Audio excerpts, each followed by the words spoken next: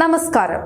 June 17 കൊച്ചിയിലെ enforcement directorate ഓഫീസിൽ വെച്ച് മുഖ്യമന്ത്രി പിണറായി വിജയന്റെ മകൾ ടി വീണയെ 9 മണിക്കൂറോളം ഇഡി ചോദ്യം ചെയ്ത് വാർത്ത നമ്മൾ കണ്ടതാണ്. CMRL എന്ന കരിമണൽ കമ്പനിയിൽ നിന്നും എക്സാലോജിക്ക് വാങ്ങിയ 2.78 കോടി രൂപയുടെയും 50 ലക്ഷത്തിന്റെയും വ്യാജ വായ്പയുടെയും വിവരങ്ങളാണ് ഇന്നലെ ഇഡി പ്രധാനമായും ചോദിച്ചറിഞ്ഞത്.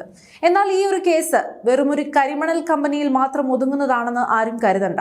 കേന്ദ്ര അന്വേഷണ ഏജൻസിയായ SFIO ഓഫീസ് നടത്തിയ അതീവ രഹസ്യമായ അന്വേഷണത്തിൽ മറ്റൊരു സത്യം കൂടി പുറത്തു വന്നിട്ടുണ്ട്.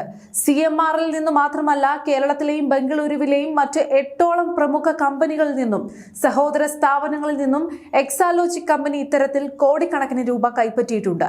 എന്ത് IT സേവനമാണ് ഈ കമ്പനികൾക്ക് നൽകിയതെന്ന് ചോദിച്ചപ്പോൾ കരിമണൽ കമ്പനിയുടെ കാര്യത്തിൽ പറഞ്ഞതുപോലെ തന്നെ രേഖകളൊന്നുമില്ല എന്ന വിചിത്രമായ മറുപടിയാണ് ഇവിടെയുമുള്ളത്.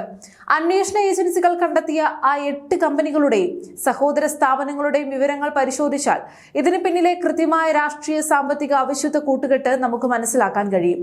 കരിമണൽ കമ്പനിയായ CMRLുമായി ബന്ധപ്പെട്ട് സഹോദര സ്ഥാപനങ്ങളും കർത്താ കുടുംബത്തിന്റെ ഉടമസ്ഥതയിലുള്ള ട്രാൻസ്പോർട്ട് കമ്പനികളും ഇതിൽ പ്രധാന പങ്ക് വഹിച്ചിട്ടുണ്ട്. Empower India capital investment private limited യാതൊരു ഈടുമില്ലാതെ വീണയ്ക്ക് 2 തവണയായി 50 ലക്ഷം രൂപ നൽകിയ സ്ഥാപനം. നിബൂഡ ഇന്റർനാഷണൽ ED രജിസ്റ്റർ ചെയ്ത കേസിൽ നിലവിൽ പ്രതിപട്ടികയിലുള്ളതും CMRLുമായി നേരിട്ട് ബന്ധമുള്ളതുമായ സ്ഥാപനം. ബംഗളൂരു ആസ്ഥാനമായുള്ള ചില പ്രമുഖ IT കമ്പനികൾ എക്സാലോജിക്കിന് കൺസൾട്ടൻസി കരാറുകൾ നൽകിയതായി കാണിച്ച ബംഗളൂരുവിലെ ചില സ്ഥാപനങ്ങളാണിത്. Kerala state industrial development corporation ബന്ധമുള്ള സ്ഥാപനങ്ങൾ. പൊതുമേഖലാ സ്ഥാപനമായ KSIDCക്ക് CMRL നിന്നും വലിയ ഓഹരി പങ്കാളിത്തമുണ്ട്. ഈ സ്വാധീനം ഉപയോഗിച്ച് വഴിതിരിച്ചുവിട്ട ചില കമ്പനികൾ, വ്യാജ ചെലവുകൾ കാണിക്കാൻ ഉപയോഗിച്ച ചില ഷെൽ കമ്പനികൾ, പണം വെളുപ്പിക്കാൻ വേണ്ടി മാത്രം സൃഷ്ടിക്കപ്പെട്ട സ്ഥാപനങ്ങളാണ് ഇവയൊക്കെ. ഈ കമ്പനികളൊക്കെ എക്സാലോജിക്കിന് പണം നൽകിയത് വെറുമൊരു IT കൺസൾട്ടൻസിയുടെ പേരിലല്ല, മറിച്ച് മുഖ്യമന്ത്രിയുടെ മകൾ എന്ന പദവി ഉപയോഗിച്ച് വഴിവിട്ട സഹായങ്ങൾ നേടിയെടുക്കാൻ വേണ്ടിയാണെന്ന് അന്വേഷണ ഏജൻസികളുടെ കണ്ടെത്തൽ. എക്സാലോജിക്കിലേക്ക് ഒഴുകിയ ഈ കോടികൾ വെറുതെ കേരളത്തിലേക്കും ബംഗളൂരുവിലെയും ബാങ്ക് അക്കൗണ്ടുകളിൽ മാത്രം ഒതുങ്ങി നിൽക്കുന്നതല്ല.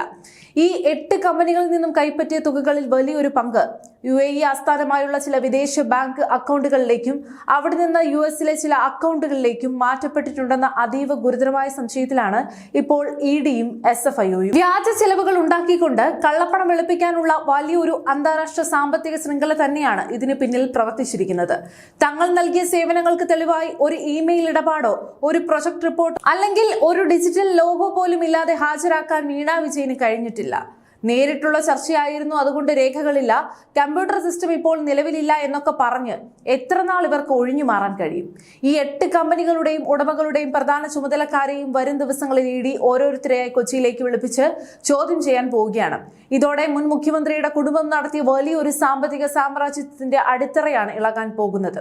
അഴിമതിക്കെതിരെ പ്രസംഗിക്കുകയും കോൺഗ്രസ് സർക്കാരുകളെ കുറ്റപ്പെടുത്തുകയും ചെയ്യുന്ന കമ്മ്യൂണിസ്റ്റ് നേതാക്കളുടെ യഥാർത്ഥ മുഖമാണ് ഈ എക്സാലോജിക് കേസിലൂടെ ഇപ്പോൾ പുറത്തു വന്നിരിക്കുന്നത്. മുഖ്യമന്ത്രിക്കുള്ള കൈക്കൂലി പണം മകളുടെ കമ്പനിയുടെ അക്കൗണ്ടിലൂടെ വെളുപ്പിച്ചെടുക്കാൻ വൻകിട കമ്പനികളും അവരുടെ സഹോദര സ്ഥാപനങ്ങളും മത്സരിക്കുകയായിരുന്നു. കേരള ഹൈക്കോടതി പോലും ഈ അന്വേഷണത്തെ തടയാൻ വിസമ്മതിക്കുകയും അന്വേഷണവുമായി മുന്നോട്ട് പോകാൻ EDക്ക് പൂർണ്ണ അനുമതി നൽകുകയും ചെയ്തത് ഈ കേസിന്റെ ഗൗരവം വ്യക്തമാക്കുന്നതാണ്. കേവലം ഒരു 2.78 കോടിയുടെ മാസപ്പടിയിൽ മാത്രം ഒതുങ്ങുന്നതല്ല ഈ ഒരു അഴിമതി. ഈ 8 കമ്പനികൾ വഴി നടത്തിയ കോടിക്കണക്കിന് രൂപയുടെ ഇടപാടുകളും കൃത്യമായി പുറത്തു കൊണ്ടുവരണം.